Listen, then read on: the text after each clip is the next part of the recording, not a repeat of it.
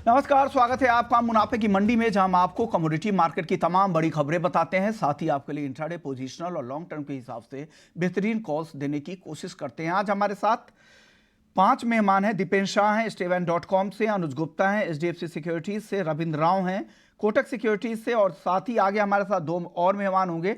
चित्तरंजन रेगे हैं, हेड हैं base metals product के MCX से, और साथ ही महावीर गुप्ता होंगे श्री फालोदी ट्रेडर से। उनसे हम जीरा और धनिया के मार्केट का आउटलुक लेंगे। लेकिन सबसे पहले बात कच्चे तेल की कर लेते हैं, जहां पर आज भी हल्की तेजी दिख रही है। शुक्रवार को भी यहां पर तेजी दिखी थी। अब ब्रेंट क्रूड का भाव $78 के ऊपर आ चुका है। अनुज जी, सबसे पहले आप बताइए क्रूड में क्या करना चाहिए आज? Vishnu ji, good morning. देखिए, जैसा हमने लास्ट वीक में डिस्कस किया था कि अभी जो ट्रेंड है थोड़ा पॉजिटिव साइड में है, क्योंकि जिस तरीके से जियो पॉलिटिकल टेंशन परसिस्ट हुए हैं, वो लग रहा है कि अभी और थोड़ा एक्सकेलेट होते हुए दिख रहे हैं। तो हमें लगता है कि क्रूड अभी, जैसा कि ब्रेंट अगर देखें तो $78 के आसपास है, WTI करीबन 75 के आसपास ट्रेड कर रहा है। तो हमें लगता है कि एक अपसाइड मोमेंटम यहाँ पे कंटिन्यू रह सकता है। हालांकि यूएस के अंदर अभी बैंक हॉलीडे है, बट हमें लगता है कि एक अपसाइड मोमेंटम रहेगा। तो यहाँ पे खरीदारी की सलाह रहेगी क्रूड में, करीबन 6,010 के आसपास खरीदारी करें, 5,932 का स्टॉप लॉस लगाएं। टारगेट 6,125 तक देखा जा सकता है। अगर हम ऑप्शंस की बात करें तो हमें लगता है कि 6,100 के कॉल ऑप्शन में खरीदारी का ट्रेड बना के चल सकते हैं। ट्रेंड अभी पॉजिटिव है। हमें लग रहा है कि अभी अपसाइड मोमेंटम क्रूड में रह सकता है। जो जियोपॉलिटिकल टेंशन एस्केलेट्स हुए हैं, उससे काफी हद तक क्रूड को सपोर्ट आता हुआ दिख रहा है। सप्लाई कुछ बाधित है, बट हमें लगता है कि इंट्राडे में और वीकली पर्सपेक्टिव से क्रूड का ट्रेंड पॉजिटिव रह सकता है। इंटर में आपको पॉजिटिविटी दिख रही है। 6,080 तक का टारगेट अनुज जी की तरफ से आ रहा है। दीपेन, आप बताएं, आप क्या सलाह देंगे कच्चे तेल के ट्रेडर्स को? देखिए, सबसे पहले तो आपको और दर्शकों को और सभी को मकर संक्रांति की खूब खूब शुभकामनाएं। आशा है, उम्मीद है कि ये त्योहार आपके जीवन में खूबी खुशियां लेके आए और सभी इच्छाओं को पूर्ण करे। इसके आगे अगर हम कच्चे तेल की बात करेंगे तो कहीं ना कहीं हम इसको नो ट्रेड जोन में मानते हैं, बिकॉज हम काफी समय से कहते आए हैं कि 5,800 से 6,200 के रेंज में कच्चा तेल घूम रहा है। तो अगर 5,800 के पास आता है तो आप वहाँ पे खरीदारी करके चल सकते हैं। 6,150 200 के आसपास प्रॉफिट बुक करके वहाँ पे शॉर्ट सेल करके फिर से नीचे में 5,800 850 के आसपास प्रॉफिट बुक कर सकते हैं। अगर आप अभी के प्राइसेस देखेंगे तो 6,000 है, जो कि एग्जैक्टली बीच में है। तो अगर 6,200 या 150 के आसपास बाउंस आता है तो वहां पे आप बेच के चले, और नीचे में अगर डिप आती है तो 5,800 के आसपास खरीदारी करके चले। अभी नो ट्रेड जोन में है हमारे हिसाब से, तो बेटर है, बिकॉज यूएस मार्केट्स भी बंद है, तो वोलेटिलिटी भी काफी कम एक्सपेक्टेड है। तो बेटर है कि अभी नो ट्रेड जोन में ट्रेडिंग अवॉइड करें। ओके, चलिए, आपका व्यू कच्चे तेल पर ये। रविंद्र जी, आप बताइए क्रूड के ट्रेडर्स के लिए आप क्या सलाह दे रहे हैं आज? हाँ, गुड मॉर्निंग विश्वमोहन जी। विश्वमोहन जी, मेरे हिसाब से क्रूड, जैसे हमने पिछले वीक में भी कहा था, कि अभी भी एक रेंज बाउंड ट्रेड में है। अगर थोड़ा सा लंबा नजरिया देखे तो 67 ऑन द लोअर साइड और अपसाइड में $74-75 का एक रेजिस्टेंस है। वही हम देख रहे हैं मार्केट में भी। लेकिन जो जियोपॉलिटिकल टेंशंस है मिडल ईस्ट में, I think that will support crude oil prices from the short term perspective. Otherwise अगर ओवरऑल डिमांड सप्लाई फंडामेंटल्स देखे तो I think it is still mixed. I would say कि थोड़ा सा lower बायस है। Chart पे अगर प्राइस एक्शन देखे तो प्राइस एक्शन के हिसाब से 6,100 के ऊपर एक ट्रेंड लाइन ब्रेकआउट था। 2 बारी उसने ब्रेकआउट करके, एक बार फ्राइडे को तो 6,200 के ऊपर जाके भी ऊपर में सस्टेन नहीं किया है प्राइजेस, तो थोड़ा सा रिजेक्शन आ रहा है अपसाइड लेवल्स पर। लेकिन मेरे हिसाब से जब तक कि 5,950 इनिशियली और 5,850 थोड़ा सा कंजर्वेटिवली जब तक होल्ड है, तब तक क्रूड में बायस जो है वो थोड़ा सा पॉजिटिव रहेगा। Again, this is because mainly because of the middle east tensions. तो उसका एक प्रीमियम बिल्टअप हो सकता है। और अपसाइड में 6,170 का रेजिस्टेंस है, उसके ऊपर निकल जाता है तो I am expecting crude might go up till 6,300 odd levels. तो मेरे हिसाब से अगर डिप मिलता है क्रूड में तो बाइंग अपॉर्चुनिटी है। जब तक कि 5,850 ब्रीच नहीं करता, उसके ऊपर सस्टेन नहीं करता, तब तक एक ऊपर के साइड का अपॉर्चुनिटी है। तो डिप्स जहां पर भी मिलता है टुवर्ड 6,000 के आसपास, I think it's a good buying opportunity. Okay, चलिए, लेकिन एक अहम खबर है, उसके तरफ भी रुख कर लेते हैं। आज से स्टील रेवार फ्यूचर्स में ट्रेडिंग की शुरुआत हो गई है MCX पर, और उस पर बात करने के लिए हमारे साथ चित्तरंजन रेगे साहब हैं, हेड हैं बेस मेटल्स प्रोडक्ट के MCX से। शुक्रिया चित्तरंजन जी। सबसे पहला मेरा सवाल होगा, जो हेजर्स हैं उनके लिए ये कैसे काम करेगा, और आपके लिए बेंचमार्क क्या होगा इसके प्राइसिंग के लिए, रेवार फ्यूचर्स के लिए? धन्यवाद विश्वमोहन जी। तो कॉन्ट्रैक्ट में जो बेस ग्रेड या बेस प्रोडक्ट हमने जो लिस्ट किया है वो रीबार या टीएमटी या जिसे सरिया कहते हैं, उसकी ग्रेड है FE 500 की, जो BIS 1786 के अंतर्गत 2008 के अंतर्गत लिस्टेड है। इसमें प्रावधान है FE 500D, FE 550 और FE 550D की डिलीवरी का भी प्रावधान है, पर बेस ग्रेड FE 500 का रहेगा। इसकी बेस लोकेशन रायपुर है। हमने एडिशनल डिलीवरी सेंटर्स रखे हैं, दुर्गापुर, जो एक स्टील की काफ़ी बड़ी मंडी है, चेन्नई, थाने और ऊपर पलवल NCR में। इन डिलीवरी सेंटर्स में आपस में प्रीमियम डिस्काउंट नहीं है, तो रायपुर के बाजार के हिसाब से नंबर 2 12 mm की जो डाया है, जो डायमीटर है, वो बेस ग्रेड है। तो इसमें काफ़ी साइजेस भी होते हैं, 8, 10, 12, 16, 20 और 25 mm का प्रावधान है। तो 12 तो बेस ग्रेड हो जाती है, लेकिन ये बाकी सब जो है वो एडिशनली डिलीवरेबल है और इसमें भी कोई प्रीमियम डिस्काउंट का प्रावधान नहीं है। तो अगर मेरे को आप बेस ग्रेड के हिसाब से कहेंगे तो FE 500 x Raipur without GST और 12 mm, ये प्राइस डिस्कवरी का, स्क्रीन प्राइस डिस्कवरी के लिए ये बेस ग्रेड हमने तय करी है। ओके। और डिलीवरी सेंटर के बारे में एक बार और बता दें कि रायपुर है डिलीवरी सेंटर, और जो एडिशनल डिलीवरी सेंटर है थाने, पलवल, चेन्नई और दुर्गापुर। चलिए, अब कुछ कॉन्ट्रैक्ट के बारे में आपने बता ही दिया कि 5 मीट्रिक टन ट्रेडिंग यूनिट है, बेस वैल्यू 1 मीट्रिक टन है और टिक साइज 10 रुपये प्रति टन के हिसाब से टिक साइज है। अब आप चितरंजन रेगे साहब, अब अगला मेरा सवाल होगा, जो कौन कौन से ऐसे पार्टिसिपेंट्स हो सकते हैं जो यहाँ पर हेजिंग के लिए इसका इस्तेमाल कर सकते हैं? कौन ऐसे कारोबारी हैं? क्या जो सरिया के कारोबार में रिटेल कारोबार से जुड़े हुए वो भी इस प्रोडक्ट के जरिए हेज कर सकते हैं, या सिर्फ इंडस्ट्री वाले ही इसको हेज कर सकते हैं? नहीं, वैल्यू चेन में विश्वमोहन जी एकदम सटीक सवाल है। वैल्यू चेन में जो रॉ मटेरियल सप्लायर से लेकर के फिनिश गुड सेलर से लेकर के प्रोड्यूसर्स, ट्रेडर्स, तमाम लोगों के लिए इसकी यूटिलिटी रहेगी। कंस्ट्रक्शन में एप्लीकेशन है, प्रोजेक्ट्स में एप्लीकेशन है, मतलब सरिये के बगैर किसी भी कंस्ट्रक्शन एक्टिविटी की संभावना ही नहीं है। तो जो बिल्डर्स हैं, प्रोजेक्ट वाले हैं, जो प्रोजेक्ट मैनेज करते हैं, तमाम लोगों को अपने अपने मार्जिन या प्रॉफिटेबिलिटी के हिसाब से, हेज करके चलने के हिसाब से और प्राइस डायरेक्शन के हिसाब से मुझे लगता है ये काफ़ी उपयोगी साबित होगा। जो स्टील रीबार से डायरेक्टली प्रोडक्शन में या कंट्रीब्यूशन में जिसका डायरेक्ट लेना देना है, चाहे स्टील बाल के प्रोड्यूसर्स हो गए, चाहे स्पॉन्ज आयरन के प्रोड्यूसर हो गए, चाहे स्क्रैप के सप्लायर्स हो गए, या आयरन ओर के ट्रेडर्स हो गए, मुझे लगता है कि रेफरेंसिंग के हिसाब से, बेंचमार्किंग के हिसाब से ये कॉन्ट्रैक्ट बहुत ही वाजिब साबित होगा। और ये नेशनल लेवल पे स्प्रेड आउट कॉन्ट्रैक्ट है विश्वमोहन जी। ये मतलब जो ईस्टर्न सेक्टर है हमारा, जो झारखंड, उड़ीसा, छत्तीसगढ़, ये वाले बेल्ट में आयरन ओर की सप्लाई की वजह से वहाँ से देश के बाकी हिस्सों में माल के जाने की जो जो धारा है, वो तो एक बात है ही, लेकिन इंपोर्ट के जरिए अगर कुछ मटेरियल आकर के, रॉ मटेरियल आकर के और उसका फिनिश बनता है, तो उस वजह से चेन्नई, थाने और इवन नॉर्दर्न मार्केट्स में रेफरेंसिंग के हिसाब से ये प्राइसिंग बहुत ही उम्दा होगी।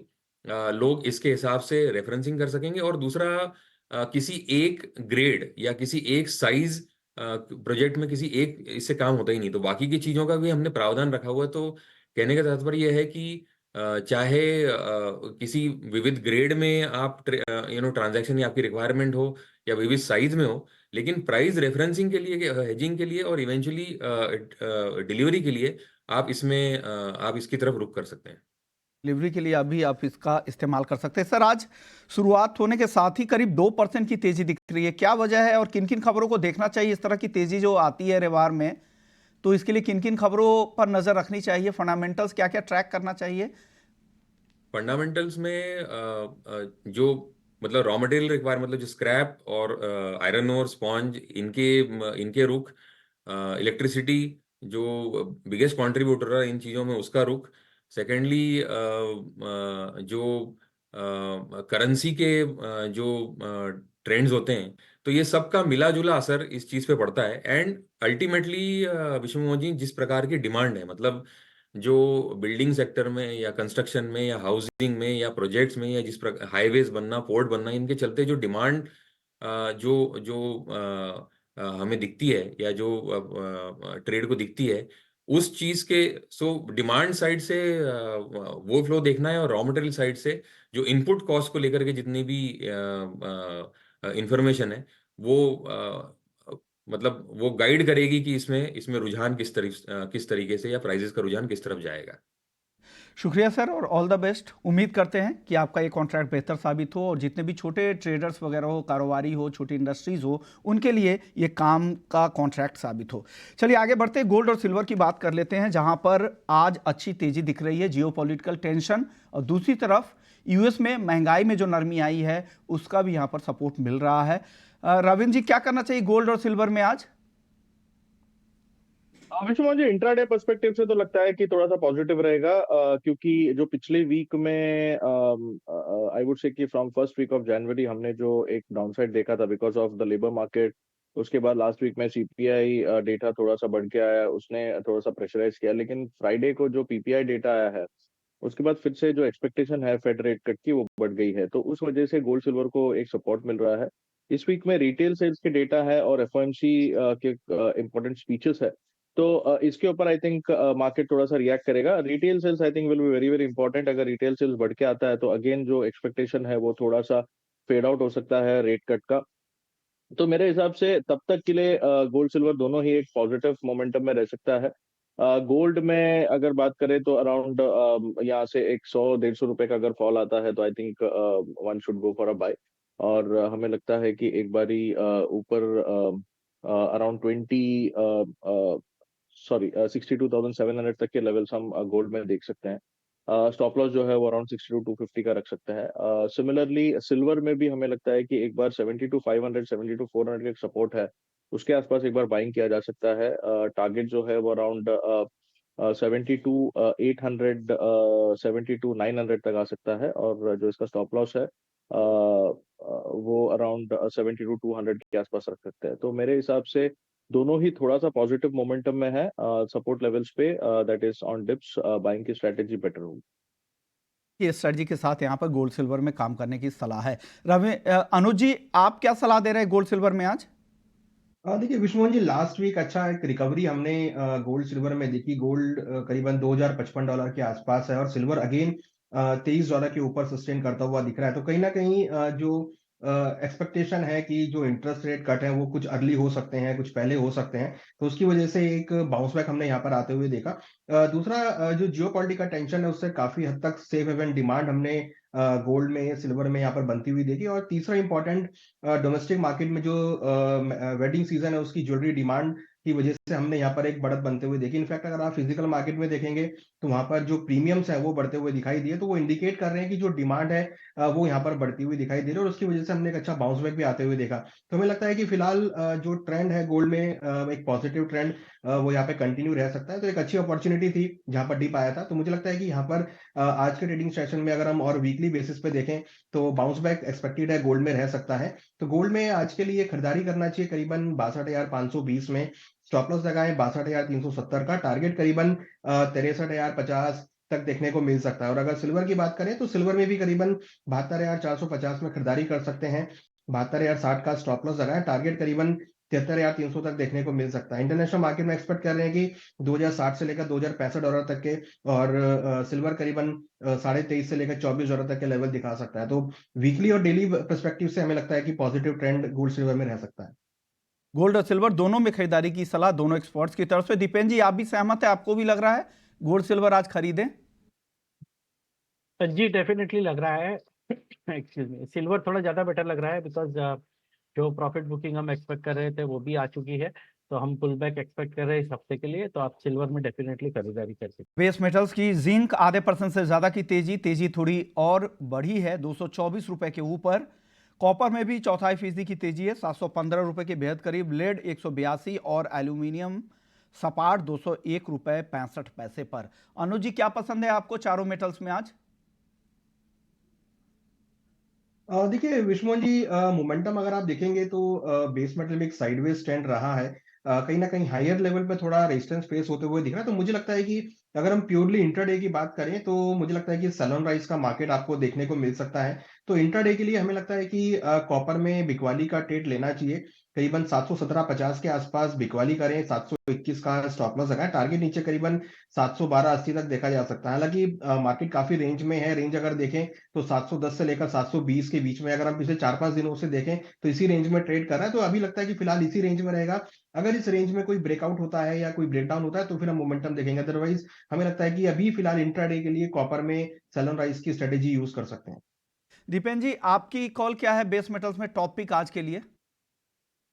जिंक में हम ध्यान दे रहे हैं। जिंक मिनी कॉन्ट्रैक्ट अगर 224 रुपए 40 पैसे के ऊपर ब्रेकआउट देता है तो वहां पे आप खरीदारी करें। हमारा मानना ऐसा है कि बेस मेटल्स में एक बॉटम बिल्डिंग फॉर्मेशन चालू हो गया है, जिसमें एल्यूमिनियम ने क्लियर सिग्नल दे दिया है कि शायद बॉटम हो सकती है। तो मोमेंटम में एल्यूमिनियम के साथ साथ जिंक भी काफी अच्छा लग रहा है। तो इन दो कमोडिटीज पे आप ध्यान दें। क्या पसंद है रविंद्र जी? वेल हमें भी लगता है कि जिंक में एक पॉजिटिव मोमेंटम रह सकता है। कॉपर हालांकि थोड़ा सा आई वुड से कि रेंज बाउंड है, लेकिन कॉपर में भी अगर देखें तो 712 का एक बहुत स्ट्रांग ट्रेंड लाइन सपोर्ट है। जब तक कि वो ब्रीच नहीं होता कॉपर में एक बड़ा फॉल नहीं आ सकता, लेकिन अगर वो ब्रीच होकर उसके नीचे क्लोजिंग आ जाता है तो पॉसिबिलिटी के 700 तक फिर से एक बार टेस्ट कर सकता है। लेकिन जिंक में थोड़ा सा क्लियर ट्रेंड है। इंट्राडे पर्सपेक्टिव से लगता है कि 225 तक के लेवल्स दिख सकते हैं। हमने जब भी कॉल दिया था तभी 223.75 था, अभी अराउंड 224.20 के आसपास चल रहा है। हमें लगता है कि यहाँ से और एक और रुपए की तेजी आ सकती है। 222.50 का एक सपोर्ट है, उसे स्टॉप लॉस की तरह यूज कर सकते हैं। उसके नीचे अगर गया तो फिर थोड़ा सा वीकनेस आ सकता है, otherwise I think every dip में बाइंग करना चाहिए। कॉपर में जैसे मैंने बताया 712 का ब्रेक के लिए वेट कीजिए फॉर सेलिंग, अदरवाइज मुझे लगता है कि एक रेंज में रहेगा 712 on the lower side, 720 on the higher side. चलिए, बात एग्री मार्केट की और सबसे पहले बात जीरे की कर लेते हैं, जहां पर आज रिकवरी दिख रही है। जीरा मार्च का वायदा 26,500 के आसपास है। हल्की रिकवरी की कोशिश यहां पे हो रही है। महीने भर में करीब 26 से 27% की गिरावट के बाद अब धीरे धीरे रिकवरी की कोशिश हो रही है। लेकिन जो डेटा है वो काफ़ी ऐसे डेटा है जो बाजार पर और भी दबाव बना सकते हैं। 4 साल में सबसे ज़्यादा बुआई जीरे की हुई है। और गुजरात की बात करें तो पिछले साल से 160% ज़्यादा और राजस्थान में 25% ज़्यादा एरिया में जीरे की खेती हुई है। हमारे साथ बात करने के लिए महावीर गुप्ता जी हैं, श्री फालोदी ट्रेडर से। महावीर जी, आपके पास क्या रिपोर्ट है जीरे के लिए और क्या लग रहा है जीरे में आगे क्या होगा? नमस्कार सर। जीरे में जो मार्च का और अप्रैल का बता रहे हैं उस हिसाब से इसमें लेना चाहिए, क्योंकि इतने भाव अभी टूटेंगे नहीं। जिस हिसाब से थोड़ा मतलब जितना ये नीचे गया है ये रिकवरी वापस करेगा, ऐसा मेरा मानना है। क्योंकि जो अराइवल शुरू होगी वो मार्च लास्ट और अप्रैल फर्स्ट वीक में सूखा और बढ़िया माल मिलने लगेगा। तब तक के लिए लोगों के पास अभी स्टॉक कम है, बहुत ही हमारे पास पुराना स्टॉक बिल्कुल न्यूनतम स्तर पर है। तो इसलिए इसमें बाइंग बनती है, बाइंग कर सकते हैं, मतलब पूरा सेफ रहेगा। अब इससे नीचे जाने के ज्यादा चांसेस मुझे नहीं लगते इसमें। धनिया में क्या लग रहा है सर? धनिया खरीद ले क्या 7,700 के आसपास? धनिया खरीदना चाहिए, धनिया का तो पूरा सेफ है धनिया में, क्योंकि सामने जो फसल है वो कम है, उसके अलावा मौसम की मार भी उस पर पड़ी है। तो सभी कारण बन रहे हैं धनिया में। अननेसेसरी प्रेशर बनाया जा रहा है, लेकिन जितना ये दबाया जाएगा उतना ही जोर से उछलेगा, ऐसा मेरा मानना है। Okay sir, carry over stock की लोग बात कर रहे हैं। क्या कैरी ओवर स्टॉक इतना ज्यादा है कि इतनी नरमी दिखे धनिया में? कैरी ओवर स्टॉक और फसल जो उत्पादन आएगा दोनों मिला के इस साल की पूर्ति कर पाएंगे, लेकिन वो बहुत मजबूत हाथों में है। जो भी पुराना स्टॉक है जिन्होंने पिछले वर्ष 15 से 20 रुपए की तेजी में उसको नहीं बेचा, वो अभी इस बाजार को, इस परिस्थिति को देखते हुए अभी सेल नहीं करेंगे, वो लॉन्ग टर्म में इसको रखेंगे। इसलिए वो अभी किसी के भी यूज में आने का नहीं है। वो स्टॉक जो रहेगा डेड स्टॉक है अभी वो, और वो लगभग जुलाई अगस्त या सितंबर में नई बुआई देख के ही बेचेंगे, ऐसा मेरा मानना है। वीर जी, बहुत छोटा एक जवाब दीजिएगा।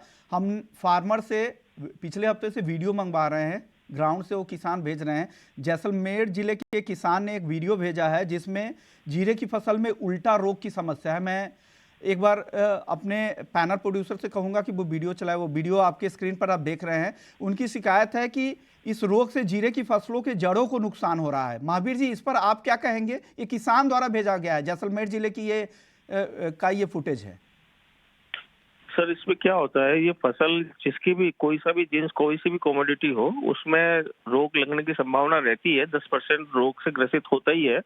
इसलिए अभी इतनी बड़ी बात, लेकिन मौसम अभी तो अनुकूल है। जो पिछले 8 दिनों का मौसम था वो प्रतिकूल था, लेकिन अब अनुकूल मौसम चालू हो गया है, तो अब ज्यादा दिक्कत नहीं है। लेकिन फिर भी 10% का तो हम मान के चलते हैं कि नुकसान हमेशा होता है।